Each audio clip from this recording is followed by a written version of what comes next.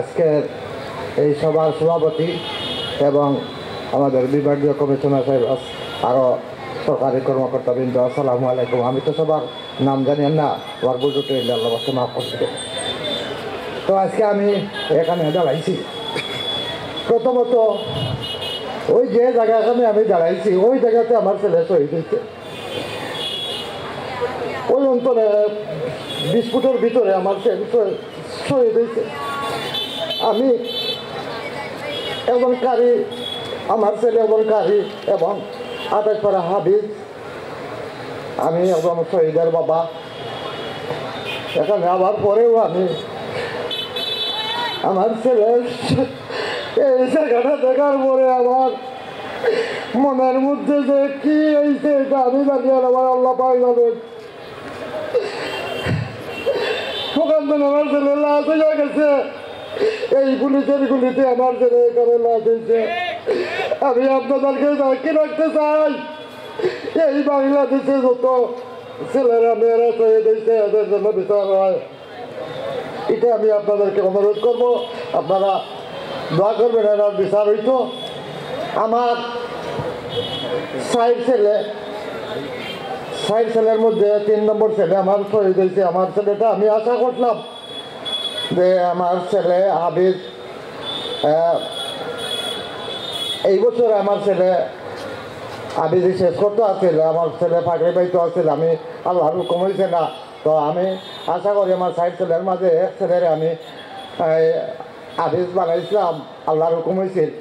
কিন্তু আমি মনে করলাম কথা যে আমি মারা গেলে আমার ছেলে আমাকে জানাজা পড়াইবে, কিন্তু আল্লাহর হুকুম হয়েছে না।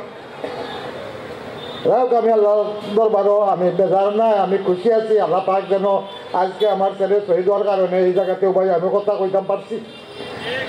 এই দেশের মানুষে আমার অনেক মায়া করে, আমি প্রত্যেক আলিম উলামাও আমার অনেক মায়া করে। আমি এটা আমার ছেলের জন্য আমি দোয়া রাখি, আল্লাহ পাক যেন আমার ছেলের জান্নাত দান করুক। আর আমি বলতে চাই, আমার এই বাংলাদেশে এই 5 তারিখে আমার ছেলে ওই জায়গাতে শহীদ হয়েছে। আমার 2 ছেলে এই আন্দোলনে ছিল। 1 ছেলে বাড়িতে আল্লাহ পাক বাঁচিয়ে নিচ্ছে, আর 1 ছেলে শহীদ হয়ে গেছে।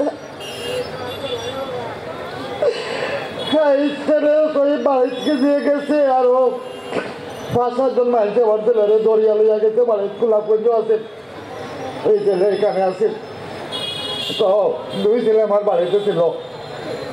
তো আপনারা দোয়া করবেন, আমার 1 মেয়ে আর 3 ছেলে বর্তমানে আছেন। আল্লাহ পাক আমার ছেলেদেরকে তৌফিক দান করতা। আমি আমার বাচ্চান্তরে আমারে আপনারা দেখরা, কিন্তু আল্লাহ পাক আমার মায়া করলা। আমার 6 ছেলে 1 মেয়ে ফুলের মতো আসলা। আমি অনেক মেহনত করছি আমার বাচ্চান্তর লাগে, অনেক মেহনত।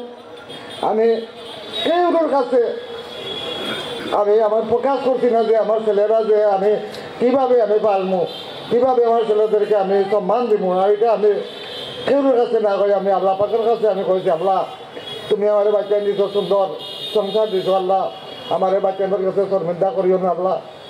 আল্লাহ আমার বাচ্চা এঞ্চল লাগে যে আমার মানুষের শর্মিন্দা না করে। আমি আইজো আমি মেহনত করি, আমার বাচ্চার রোজগার নাই, এখনও আমার বাচ্চার রোজগার নাই। আমি অনেক কষ্ট করছি, আইজও করি আর এখনও করি। আর আমি তো আপনার কাছে দোয়া চাই, আর আমার বাচ্চা লাগে দোয়া করবা, আল্লাহ পাক যেন আমার বাচ্চা করে একটা উসিলা দিতা। আমার আর কোনো উসিলা নাই। আমি প্রথমত অর্থহীন মানুষ, আমি বাচ্চাদের কোনো কাজে লাগাইতে পারছি না।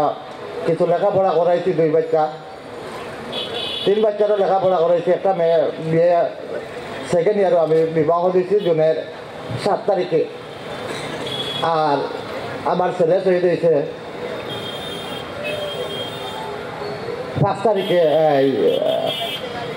জুলাই 5 তারিখে। এখন আমার 3 ছেলে, এখানেও 2 ছেলে আসেন, অসুস্থ আসেন, 2 ছেলে ইন্টার পাস। তো আমি অর্থহীন মানুষ। তো আমি আমার জেলা প্রশাসক সাহেব আমার বাড়িতে গেছিলাম। আমি প্রথমে তার কাছে আমি আবদার রাখলাম যে আমার 2টা ছেলে যদি সরকার যদি কোনো উসিলা দিয়ে আমার 2টা ছেলের কোনো একটা ব্যবস্থা করে দিয়েছে আমার ফ্যামিলির লাগে একটু আমার একটা হেল্প হইল আজ আমার এক ছেলে দেশের লাগে শহীদ হয়েছে দেশের লাগে আর এই দেশ আমিও এই দেশের নাগরিক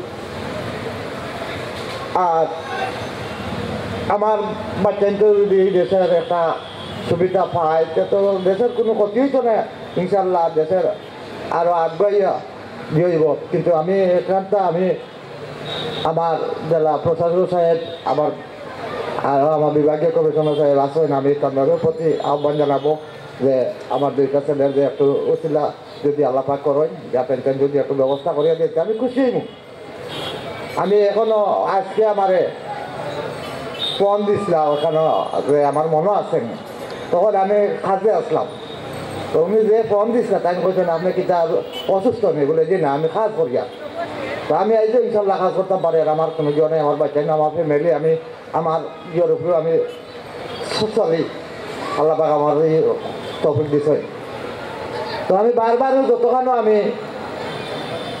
বক্তব্য দিছি আমি আমার দুটা বাচ্চারও কথা আমি বেশিরভাগ আমি ইয়ে করি দুইটা বাচ্চা আমার ইন্টার ফার্স্ট তারা যোগ্যতার মান যদি একটা ব্যবস্থা হয় আমি খুশি হইলাম আমার ফ্যামিলির জন্য একটা হেল্প হইল আমার আর কোনো উপায় নাই আর আমরা এই যে আন্দোলনে আমাদের বাচ্চা যারা ওই বাংলাদেশে অনেক ছেলে মেয়েরা ও শহীদ হয়েছে তো আপনাদের প্রতি আমার আহ্বান থাকবো ওটাও যে আপনারা যেন এরারে কোনো সময়টা করে ফেলাইবা না এরারে স্মরণ রাখবা এরারে সম্মান করবা আমরাও দোয়া করবো আপনাদের লাগে আর এরারে যদি সম্মান দেয় রাষ্ট্র সম্মান নিব এরারে সম্মান না দিলে রাষ্ট্র সম্মান হইতো নাই এরারে আপনারা সম্মান দিবা এই শহীদ ফ্যামিলির যে একটা ফ্যামিলির যে অবস্থান যারা ছেলেমেয়েরা শহীদ হয়েছে তারা জানে আর আল্লাহ জানেন এর পরে আর কেউ মানে এলাকা হইতে পারতো না যে কতটুকু কষ্ট আছে কতটুকু কষ্ট এই কষ্ট হলে আমি একদিন দেখছি যে এই বিগত সরকারের আমল 17 বছরের একটা ছেলেরে পুলিশে ধরিয়া রিমান্ড লইয়া গেছে বাপে জানতে দেখছে যে বাচ্চারে তার রিমান্ড লইয়া যার বাপ স্টক করিয়া মারা গেছে বাচ্চারা রিমান্ড লইয়া যার বাপ স্টক করে মারা গেছে বাচ্চা শহীদ দিয়েছে কি করবো আমি এক বাপ আমি আমার কি বলবো আপনাদের কাছে আমার বলার মতো কিছু নাই আমি যে কষ্ট পাইছি আমি যে কষ্ট আছি আমি জানি আমার আল্লাহ পাকে জানেন যে কত কষ্ট আমার যারা শহীদের ফ্যামিলি আছে যারা আহত হয়েছে এরা কি অবস্থায় আছে তারা জানে আর আল্লাহ জানে তো আমি আর বেশি বলার জন্যই আমি রাজনীতিবিদ মাততে পারি না মাথার আমার অভ্যাসও নাই আমি সাধারণত একজন মানুষ তো আপনারা দোয়া করবা এই শহীদ ফ্যামিলিগুলো যারা আছে বাংলাদেশও প্রত্যেক শহীদ ফ্যামিলির যারা শহীদ হয়েছে তাদেরকে আল্লাহ তাআলা যেন জান্নাত দান করুকা আর তার মেহমান হিসাবে তারা গ্রহণ করুকা এটা আমরাও দোয়া করি আমরা তো আপনারাও দোয়া করবা আর আজকে বাংলাদেশ শিল্পকলা একাডেমি শুভ উদ্বোধনের লাগে আমার কয়েছে আমি শুভ উদ্বোধন করলাম আলহামদুলিল্লাহ আসসালামু আলাইকুম ধন্যবাদ জনাব মোহাম্মদ রফিকুদ্দিন আপনাকে আমাদের আজকের এই আয়োজন জাতীয় যন্ত্র সঙ্গীত উৎসব 2024-এর উদ্বোধন ঘোষণা দেওয়ার জন্য আমাদের এই ছিল সংক্ষিপ্ত আলোচনা পর্ব এবারে আমরা আমাদের জাতীয় যন্ত্র সঙ্গীত উৎসব 2024-এর মূল পর্বে প্রবেশ করছি আমরা জানি এটি একটি বিভাগীয় যন্ত্রসঙ্গীত উৎসব এবং সিলেট বিভাগের যে 4টি জেলা আছে সিলেট হবিগঞ্জ মৌলভীবাজার এবং সুনামগঞ্জ এতে অংশগ্রহণ করছে আমরা প্রথমেই যে পরিবেশনাটি শুনব জেলা শিল্পকলা একাডেমি যন্ত্রশিল্পী দল সিলেট। যারা আছেন আমি নামগুলো বলে দিচ্ছি।